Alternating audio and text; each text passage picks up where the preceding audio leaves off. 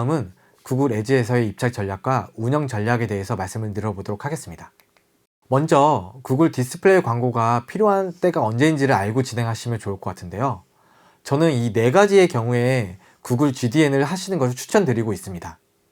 첫 번째로는 검색과 페이스북 광고에서 더 이상 성과가 나지 않을 때입니다. 검색 광고의 경우에는 유저가 그 키워드를 검색하지 않는 이상 추가적인 트래픽을 만들기 어려운데요.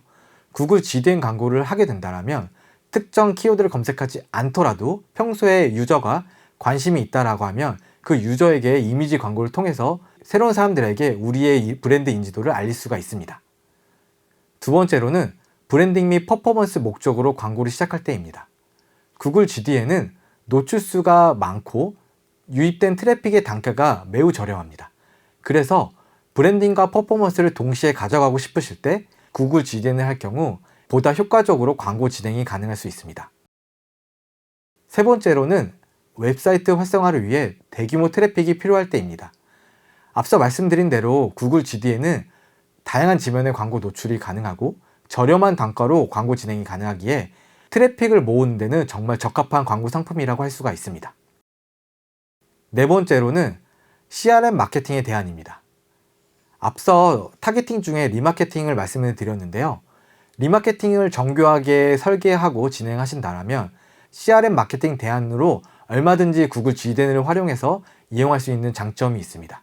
이 4가지 중에 한두 가지만 맞더라도 구글 GDN 광고 상품을 이용하시는 것을 적극 추천하고 있습니다. 구글의 입찰 방식의 진화 과정에 대해서 좀 더 이야기 나눠보도록 하겠습니다. 전에는 수동 입찰 전략에 대한 부분만 있었습니다. 그래서 수동 CPC로 단순히 입찰가를 오르고 내리고만 진행이 됐었는데요. 최근에는 머신러닝이 도입이 됨으로써 자동화 입찰 전략이 많아지고 있는 상황입니다. 단순하게 CPC만 등록해서 올리고 내리고가 하는 게 아니라 타겟 CPA, 클릭수 최대화, 전환수 최대화 등 내 목적에 맞는 상황에 따라서 자동화된 입찰 전략을 사용할 수가 있습니다. 최근에는 가치 기반의 입찰 전략까지 생겨나서 전환 가치를 극대화하는 타겟 ROAS 타겟팅도 생겨나고 있는 추세입니다. 커머스 사이트를 예시로 소비자의 구매 여정을 통하여 고객이 취하는 행동 패턴에 대해서 확인해보고 그에 맞춰서 어떤 입찰 전략을 가져가는지 한번 보도록 하겠습니다. 커머스의 사이트의 구매 여정을 보면 기본적으로 홈 유입, 이벤트 페이지 방문, 그리고 로그인, 쿠폰 발급, 상세 페이지 방문, 장바구니, 그리고 최종적으로 결제 완료가 되는 구매 여정을 보일 수 있을 것 같은데요. 이 사항에 맞춰서 각각에 맞는 입찰 전략이 필요할 것 같습니다. 무조건 수동 CPC로 하는 것도 아니고 무조건 타겟 CPA로 하는 것이 아니라 상황에 맞춰서 입찰 전략을 가져가는 것이 중요할 것 같습니다. 먼저 홈 유입이 되는 웹사이트 방문의 경우에는 타겟 노출 점유율과 조회가는 CPM으로서 브랜드 인지도를 알리는 게 중요할 것 같고요. 광고 확인을 통한 이벤트 페이지에 유입을 할 경우에는 수동 CPC 및 클릭수 최대화를 통해서 최대한 많은 유입을 가져가는 게 중요할 것 같습니다. 또한 로그인 및 쿠폰 발급 등 최소한의 전환이 발생될 경우에는 타겟 CPA 및 전환수 최대화를 통해서 머신러닝을 통한 전환 부분을 최적화하는 것이 중요할 것 같고요. 실제 결제 완료단에서는 마지막으로 말씀드렸던 타겟 로아스 상품을 지정해서 매출 부분을 가져가는 입찰 전략을 가져가면 좋을 것 같습니다. 캠페인을 운영함에 있어서 최적화는 매우 중요한 부분입니다. 캠페인을 최적화할 수 있는 부분에 대해서 몇 가지 방법에 대해서 말씀을 드려보도록 하겠습니다. 첫 번째로는 타겟팅별, 소재별 최적화입니다.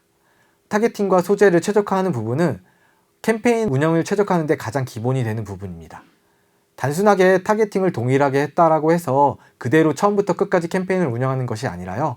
실제로 운영함에 있어서 얼마든지 타겟팅을 변경할 수 있는 게 구글 GDN 광고의 장점이라고 할 수 있습니다. 내가 처음에는 특정 타겟팅이 효과가 좋을 거라고 예상이 되지만 실제로 운영을 하게 되면 특정 타겟팅보다는 내가 생각하지 못했던 타겟팅에서 효과가 많이 보이는 걸 확인할 수가 있는데요. 그런 것들을 실시간으로 확인하면서 조정하는 것이 필요합니다. 소재도 마찬가지인데요. 처음에는 단순하게 A 컨셉이 효과가 좋을 거라고 예상해서 A 컨셉 위주로 소재를 만들지만 의외로 B 컨셉과 C 컨셉에서 효과가 좋은 경우가 많이 있습니다. 그렇듯 단순하게 추측해서 광고 소재를 세팅하고 효과를 예측하기보다는 우선 다양한 소재를 등록해서 운영한 이후에 A/B 테스트를 통해서 효과적인 소재와 타겟팅을 선별해서 최적화하면 보다 효율이 좋은 상태로 광고 진행이 가능할 것 같습니다.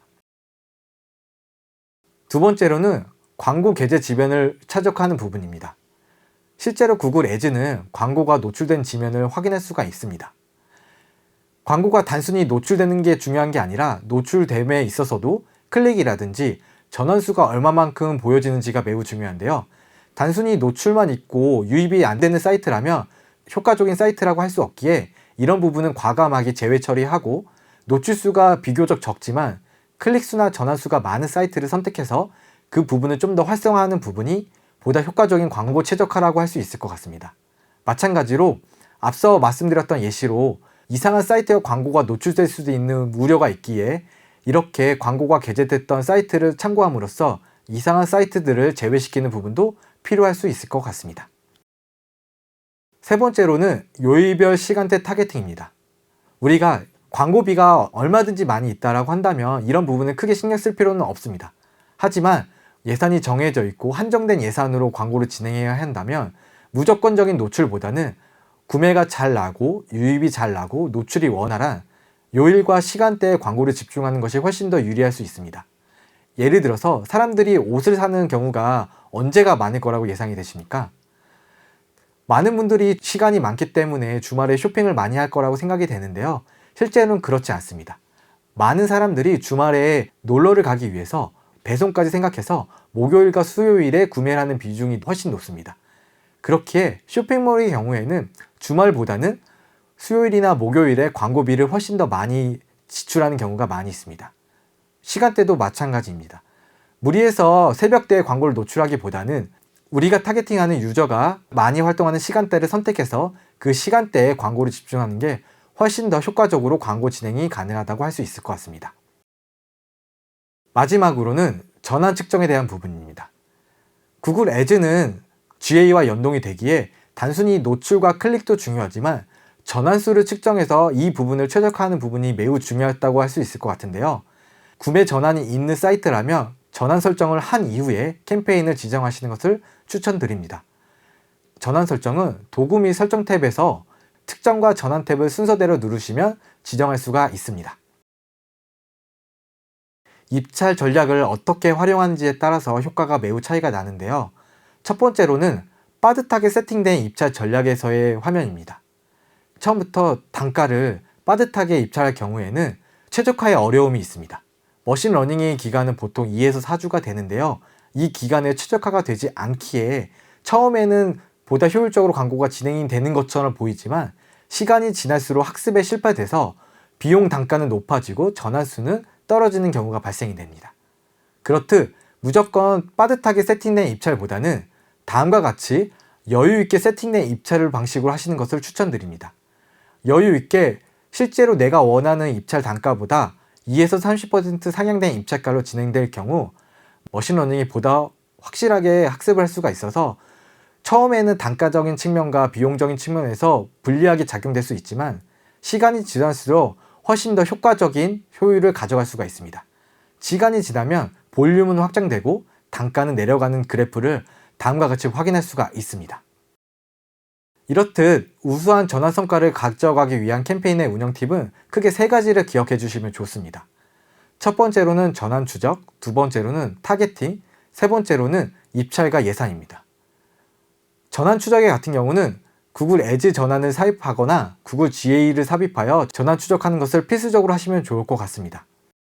또한 무조건 최종 전환을 최적화하기보다는 구매 과정 중에서 발생하는 마이크로 전환을 이용해서 최적화하는 것을 추천드립니다. 전환이 많을수록 최적화에 빠르게 되는 부분이 있기에 최종 전환보다는 마이크로 전환을 이용해서 최적화하시는 부분을 추천드립니다. 두 번째로는 타겟팅입니다. 타겟팅의 경우에는 전환 가능성이 높은 맞춤 고객, 고객 일치 잠재 고객, 리마케팅 잠재 고객을 타겟팅에 꼭 추가하셔서 진행하시는 것을 추천드립니다. 세 번째로 입찰과 예산 부분에서는 타겟팅 CPA 입찰 전략 활용 시 타겟 CPA의 최소 15배 이상으로 일 예산을 설정하시는 것을 추천드리고요. 전환수 최대화 입찰 전략 활용 시에는 머신러닝이 자동으로 CPA를 측정하거나 캠페인이 시작한 후 확인되는 실제 CPA의 최소 10배 이상으로 일 예산을 선택하시는 것을 추천드립니다. 가이드를 잘 세팅한다는 것은 제약을 많이 걸어주는 것과 같은 의미는 아닙니다.